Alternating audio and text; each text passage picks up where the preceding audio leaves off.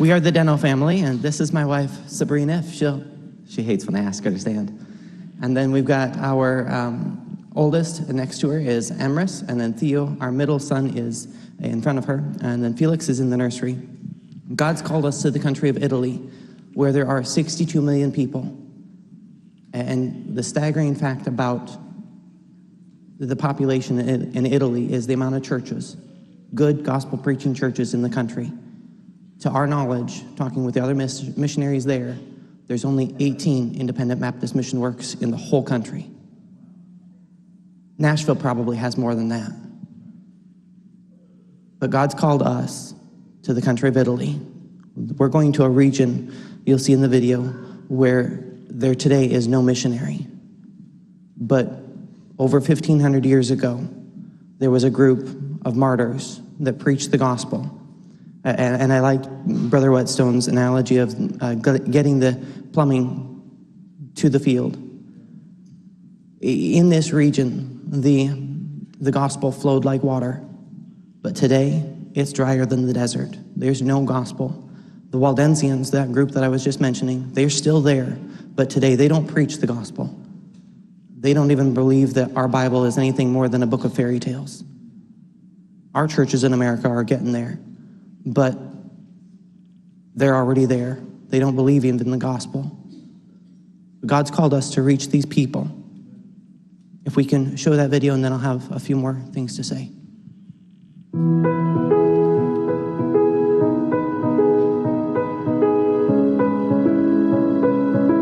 When speaking of spiritual darkness, it is often the tribes of the Amazon jungles, the interior regions of Africa, or the heart of the Middle East that come to the forefront of our minds. Though the people of these places are in desperate need of the gospel, there is another place of great darkness hidden from our eyes. A bastion of religious symbolism, boasting a majority population of those who would call themselves Christians, Italy remains blinded by the darkness. Centuries of false religion have left the Italian people without hope. Many are Catholic in name only, but have lost any hope that the Catholic Church can save them. Rather than turning from the Church to Christ, a growing population has been hardened by the Catholic Church's deceitfulness, wanting nothing to do with God or religion. Italy needs the light of the gospel. Jesus Christ came to give light to those that sit in darkness. 62 million people, religious symbolism everywhere you look, but it is almost impossible to find someone who will preach the truth of salvation in Jesus Christ alone. There are currently 18 independent Baptist mission works in Italy, many of them new and very small. Imagine only 18 churches reaching the entire population of Texas, Oklahoma, New Mexico, Colorado, Kansas, Nebraska, Iowa, Missouri, Arkansas, and Louisiana. The need in Italy is enormous, but the laborers are few. Italians have an outward form of godliness, yet remain in darkness and unrighteousness. Someone must shine the light of Christ in this dark country that they may know the good news of salvation. Hello, I'm Trevor Deneaus. This is my wife Sabrina and our three boys, Emrys, Theo, and Felix. God has called us to shine the light of the gospel to the people of Italy. As a high school student, God began to work in my heart about going to Italy when I read a book about the martyrs of the faith. Many centuries ago, a group of believers preached Christ in the northern region of Piedmont, Italy. Many were even killed for their faith. I began to wonder if the gospel was still preached in Italy, and God has put a burden upon my heart to pick up where these believers of long ago left off. A few years later, my family was practicing a song for our church's missions conference. As I sang the words, "How will they hear if we don't go?"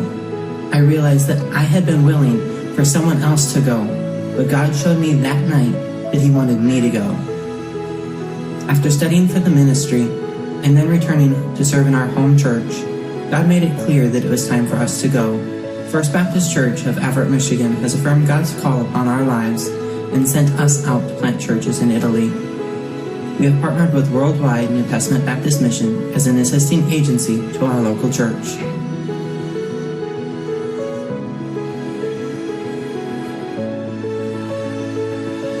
While the entire country of Italy needs the gospel, God has burdened the Deneaus hearts for the northern Piedmont region, specifically the town of Pinerolo. Pinerolo is a town of 35,000 people where it would be difficult, if even possible, to find a gospel-preaching church. The next closest independent Baptist church or missionary lives 2.5 hours away, and one must drive through more than 150 towns to get there. Every one of these cities and towns, small and large, needs someone who will go and tell them that Jesus is the only way they can get to heaven. Upon their arrival in Italy, Trevor and Sabrina will attend a language school in Siena. While studying Italian, they will learn from and serve with veteran missionaries Frank and Jenny Maeda in Grosseto, Italy. After a term of Italian study and learning to minister in the Italian culture, they plan to move to Pinerolo to plant a church. After establishing a church, they desire to train national leaders to help them reach out to plant churches in the other cities and towns of Italy. The Deneaus are going to Italy not only because of God's command, but because He is with us always. He has all power in heaven and on earth. His word can conquer hearts. He has the power to lighten darkened minds. He can transform the people of Italy. He is the master, and they desire to be used of Him. One of Hudson Taylor's converts asked him, "How long have you had the glad tidings in your country?" "Some hundreds of years," was his reluctant reply. "What? Hundreds of years? My father sought the truth and died without finding it. Oh, why did you not come sooner?" The same statement could be said of the gospel in Italy. They have been mostly without the truth for more than 1,500 years. The people of Italy are passing into eternity, forever to suffer in the torment of eternal fire. We have the light for which they have been searching. Will you answer their cries by helping to send the Deneaus family? Also, I heard the voice of the Lord saying, "Whom shall I send? And who will go for us?" Then said I, "Here am I, send me." One thing we often get is the question of why such a small town? Not only do we feel that God just is putting us there, He gave us a peace about going there, but when we got to this town and we were on our survey trip, we were with Brother Chris Yetzer, and when we came into the town, we were headed towards city center, and there was a young girl, I'd say she was high school age, and she was coming in our direction. She was running and she was crying. And when we got to her, our paths had crossed. We simply asked her, talking through Brother Yetzer, "Is there anything that we can do? Anything? Can we help you in any way?" And the answer she gave to us will never leave our hearts. She said, as a teenage girl, "I have no hope and I have no place to turn." The people of Italy, they're looking for the truth. They're searching. They know that they have no hope in religion. I said this morning in chapel, Christ didn't give us a religion in Scripture. He gave us a relationship. And what has Catholicism done in Italy? It's given them a very hard religion. But God's called us to spread the relationship, His relationship that He desires to have with each and every one of us to the world. God's called us specifically to this town to reach these people. Yes, 35,000 people, but we don't know who God's going to use in that town that our ministry is going to reach, that is going to reach some of the other towns in the area, and it's just going to grow like wildfire. But it's got to start someplace. Some of the things about Italy and the work there, number one, the language is quite difficult. I wouldn't say that it's the most difficult in the world, but it's quite difficult in the fact that it's got two different generations of the same language running at the same time. And because of that, we're going to be in language school for about 2 years. They say if we do very well in language school, we'll come out speaking about like a third grader. And if we don't do so well, then we're about the kindergarten level. And that's a very humbling fact, but we know that God is able. We know that with God's help, we can pick it up faster than 2 years, but we're just planning to spend about 2 years in language school, because without learning the language, there's no way of effectively planting a ministry in Italy. The missionaries there have been very adamant about learning the language, but also learning it correctly, which means we have to wait for a majority of the language learning till we get there. So that's why it's going to be about 2 years when we get there. Instead of starting and learning a lot of stuff here, they've given us examples of having to relearn it, and that'll take the rest of our ministry. So we've got that, but with the 2 different generations of the same language, it comes with another difficulty. Italian does not have a good translation of Scripture. There are actually 2 different translations, and both of them are corrupt. One was done about the same time as the King James, and it was done by a single man. If he didn't like it, he didn't translate it. He did not finish translating the Bible, yet he called it a complete work. Then we go over and we have the new translation that was done. It's actually in the language of the people, but it was done in the 90s, and there was a few people in the group that are critical text advocates, and they've tainted it with that. But it also has some problems with it besides that. So what we're looking for as missionaries is a translation to be done that is equivalent to the King James, perfect in every way for the Italian people. That is the number 1 prayer request that we have. It wouldn't just help our ministry, it would help all ministries in Italy, and it would help the Christians in Italy to grow. A couple last 2 stories and I'll be done. Giuseppe and Fausto. Fausto is a young Italian man, the first in many generations that we know of, that has accepted the call to preach. And this is a very big thing, because in Italy, men don't take leadership roles in the home and in the church. So him taking the call to preach that God's placed on his life and accepting that, going to college and getting the training that he needs under one of the missionaries there that had led him to Christ. So he's a product of an American missionary in Italy. But I believe it's this fall or this winter, he's going to be planting a church in his hometown in Italy. That's one success story, if you will. That's the goal of missions, is to reach Italians, because they can reach Italians far better than we can.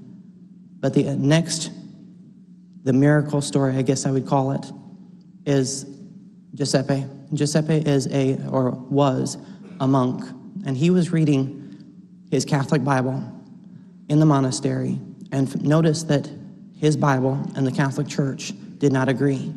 Now, this is no new thing to us, but he found this, and he did something that most Italians and definitely most Catholics would not do. He chose to trust Scripture. Not what the Pope says, not what man says, but to trust Scripture. And in trusting Scripture and studying more, he found the plan of salvation, the Romans Road, and he accepted Christ. He also found Brother Frank Maeda, who we're going to go work with. Obviously not in studying his Scripture, but he was doing some looking, found somebody that was preaching the gospel, and that was the missionary that we're going to go work with. When Brother Frank Maeda met up with him, got his testimony of his salvation, they figured out very quickly that he had to get out of the monastery. So the plan that they had come up with was that he was going to have to go back to the monastery and ask to be released of his vows and be able to get out of that. But he didn't even get the chance. And if I left it off there, you'd be wondering whatever happened to him. But let me just give you a quick thought. God worked. God worked in a miraculous way. When he got back to the monastery, he didn't get the chance to ask to be released. The head monk came to him and told him, "You don't fit in here. I'm going to have to ask you to leave." I heard a little bit of a chuckle. You guys got it. God protected this young Christian. These are just a few ways of how God is working in Italy. He's getting ready to do a very big thing. We also know that the end times are coming. And if we're reading prophecy correctly, the Vatican has a big deal in that. So even more so of an emphasis to make sure that we get a presence, we get missionaries over there to preach the gospel, to win people. We don't know how much time we have left. But God's getting ready to do something big. We're looking forward to getting over there and starting our ministry. Thank you.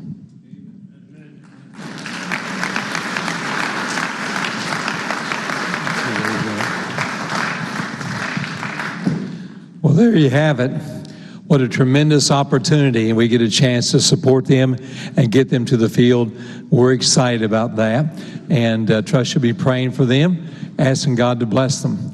Well, we want to be a blessing to this family. We've kind of prepared early to do this, and so let's have the nose come right on up here. Come all the way over here to the Christmas tree side over here. Bring your kids with you. And Felix is in the nursery, but you boys can tell him all about it, okay? We're going to have a lot of fun right here, boys. All right. And we'll let them get over there. And we are, thank you for the presentation to Italy. And here's how we do it at Franklin Baptist Church. If we could say it like this, boys, it's Christmas in Tennessee. Enjoy this.